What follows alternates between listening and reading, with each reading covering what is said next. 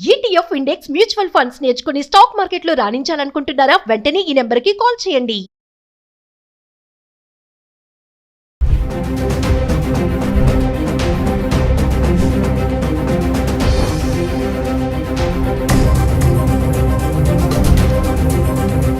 Hello viewers, welcome back to Suman TV. ప్రస్తుతం మనతో పాటు ఉన్నారు the great grand son freedom fighter Kanneganti Hanumantharao garu, PhD in American studies. అమెరికాలో ఉన్నటువంటి 18 యూనివర్సిటీస్లో ఎక్స్పర్టీస్, అంతేకాకుండా centre for human security studies founder and executive director Kanneganti Ramesh Babu garu ఉన్నారు. సార్తో మాట్లాడదాం. నమస్తే సార్.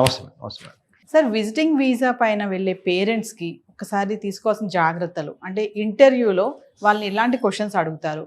మరి చాలామంది అంటున్నారు ఇంగ్లీష్లోనే ఉంటుంది అనేసి కమ్యూనికేషన్. మరి అందరికీ ఇంగ్లీష్ రాదు కదా, విలేజెస్లో ఉన్న వాళ్ళ పేరెంట్స్ సంగతి ఏంటి?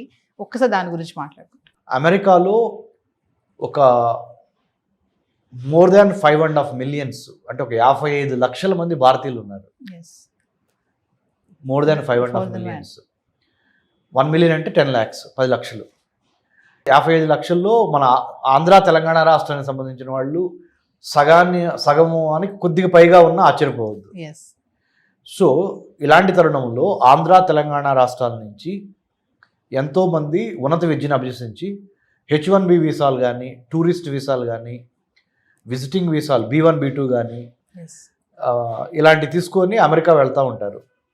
మరి అమెరికాలో ఉన్న కొడుకుని కూతుర్ని చూస్తానికి, లేకపోతే అమ్మాయి ఏదన్నా డెలివరీకి వెళ్తే హెల్ప్ చేయడానికి గ్రాండ్ పేరెంట్స్ కూడా వెళ్తూ ఉంటారు. చాలామందికి మరి ఆంగ్ల భాషలో పట్టుండదు. హైదరాబాద్ వచ్చి యుఎస్ కాన్సుల్ జనరల్ ఫైనాన్షియల్ డిస్ట్రిక్ట్లో కానీ లేకపోతే వేరే కాన్సులేట్స్లో కానీ వెళ్ళి మరి వీసా ఆఫీసర్ ముందర నుంచున్నప్పుడు మరి ఇంగ్లీష్ రాదు కదా, ఎలా తప్పులో అని మాట్లాడితే వీసా రిజెక్ట్ అయ్యే అవకాశం ఉంది. కాబట్టి ఏంటి అనేది మీ ప్రశ్న. చాలా మీనింగ్ఫుల్, చాలా అర్థవంతమైన ప్రశ్న అండి.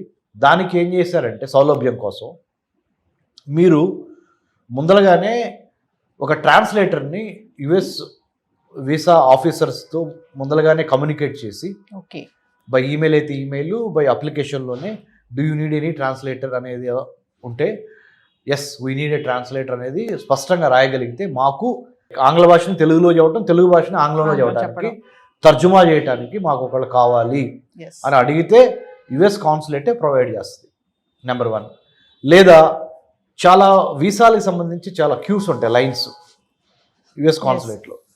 ఎవరైతే ట్రాన్స్లేటర్స్ అవైలబుల్ ఉన్నారో మనం మొదలుగా రిక్వెస్ట్ చేస్తే ఆ క్యూలోకి పంపించే అవకాశం ఉంది. రెండోది. మూడోది, మనం కూడా మన పేరెంట్స్కి మాట్లాడేది 4 మాటలైనా ఖచ్చితంగా మాట్లాడటానికి ముందలుగానే మనము ప్రిపేర్ చేయాలి. మానసికంగా మన తల్లిదండ్రులను కానీ మన బంధువుల్ని కానీ ఎవరైతే అమెరికా వద్దాం అనుకుంటున్నారో మనకు హెల్ప్ చేయడానికి వాళ్ళని ముందలుగానే మానసికంగా సంసిద్ధం చేయాలి. ఎలా అంటే, ఎక్కడికి వెళ్తున్నావు? నేను పలానా మా అమ్మాయి దగ్గరికి లేకపోతే మా అబ్బాయి దగ్గరికి వెళ్తున్నాను. ఎన్నాళ్ళు ఉంటారు? ఎగ్జాంపుల్ 2025 జూన్ 1 నుంచి 2025 జూన్ 23 వరకు ఎగ్జాక్ట్ ఇన్ఫర్మేషన్ ఇవ్వాలి. ముఖ్యంగా ట్రంప్ ప్రెసిడెంట్ అయిన ఈ నేపథ్యంలో అమెరికాలో homeland security, department of homeland security 1000 కళ్ళతో ఎక్కువ మందికి వీసాలు ఇద్దాము అని చూస్తాం పోయి ఎంతమందికి వీసాలు తిరస్కరిద్దాము అనే ఒక యాటిట్యూడ్ ఉన్న ఈ రోజుల్లో, అంటే ఇప్పుడు ప్రస్తుతానికి ఉన్న పరిస్థితులు మారతాయి, కానీ ప్రస్తుతానికి ఉన్న పరిస్థితుల్లో ఖచ్చితంగా నిజాయితీగా, నిబ్బరంగా, ధైర్యంగా సమాధానం చెప్పటం రావాలి. భాష ఏమైనా పర్లేదు.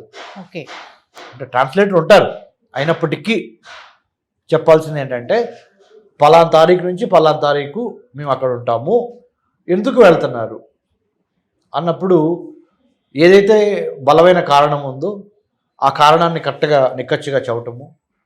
ఇదివరకిట్లాగా ఒక వీసా తీసుకొని ఇంకో పని మీద వెళ్ళి మనసులో ఒకటి పెట్టుకొని బయట వీసా ఆఫీసర్కి ఒకటి చెప్పి ఎలాగోలా సముద్రాలు దాటేసి అమెరికాలో అడుగు పెడదాం అనే ఆ ట్రెండ్ ఏదైతే ఉందో ఆ వరవడికి ఇప్పుడు ఒక ఫుల్ స్టాప్ పడింది.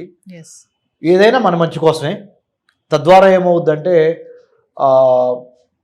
ఇప్పుడు ఏమవుతుందంటే నవీన్ గారు, 10 మందికి నిజంగా జెన్యూన్ రీజన్స్ ఉన్నా ఒకళ్ళు తప్పు చేయటం వలన మిగతా 9 మందికి ఆ అవకాశాలు దెబ్బతినిపోతాయి. ఎస్, ఇది కరెక్ట్. దయచేసి మనం కూడా బాధ్యతతో మెలగాలి, ఉన్నది ఉన్నట్టుగా చెప్పాలి, మన దేశ పరువు ప్రతిష్టని ప్లస్ మన కుటుంబ పరువు ప్రతిష్టని కాపాడుకోవాలి, అబద్ధాలు చెప్పొద్దు అనే దాని మీద మానసికంగా మీరు సంసిద్ధులై వెళ్ళండి. తద్వారా దేశానికి పేరు తెచ్చిన వాళ్ళు అవుతారు, మన రాష్ట్రానికి, మీ ఊరికి, మీ కుటుంబానికి పేరు తెచ్చిన వాళ్ళు అవుతారు.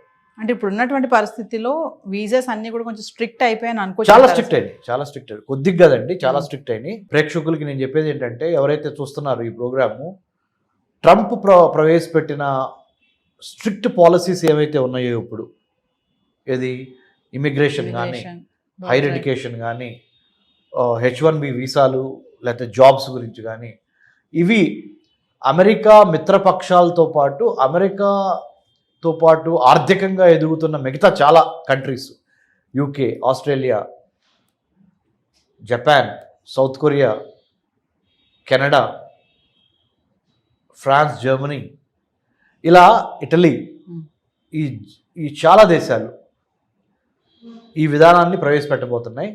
లోకలైజేషన్, ఫస్ట్ లోకల్స్కి, స్థానికులకి ఎక్కువ విద్యా, వైద్యం, ఆరోగ్యం, ఉపాధిలో ఎక్కువ స్థానికులకు అవకాశం ఇచ్చి, వేరే దేశాల నుంచి వచ్చి అమెరికాలో స్థిరపడిన వాళ్ళకి సెకండ్ ప్లేసు, థర్డ్ ప్లేసు, 2వ ప్లేసు, 3వ ప్లేసు ఇవ్వాలనేది అఫీషియల్గా అన్డిక్లేర్డ్, అంటే అసలు డిక్లేర్ చేయకుండానే డిక్లేర్ చేయబడిన పాలసీ విధానం అయిపోయింది.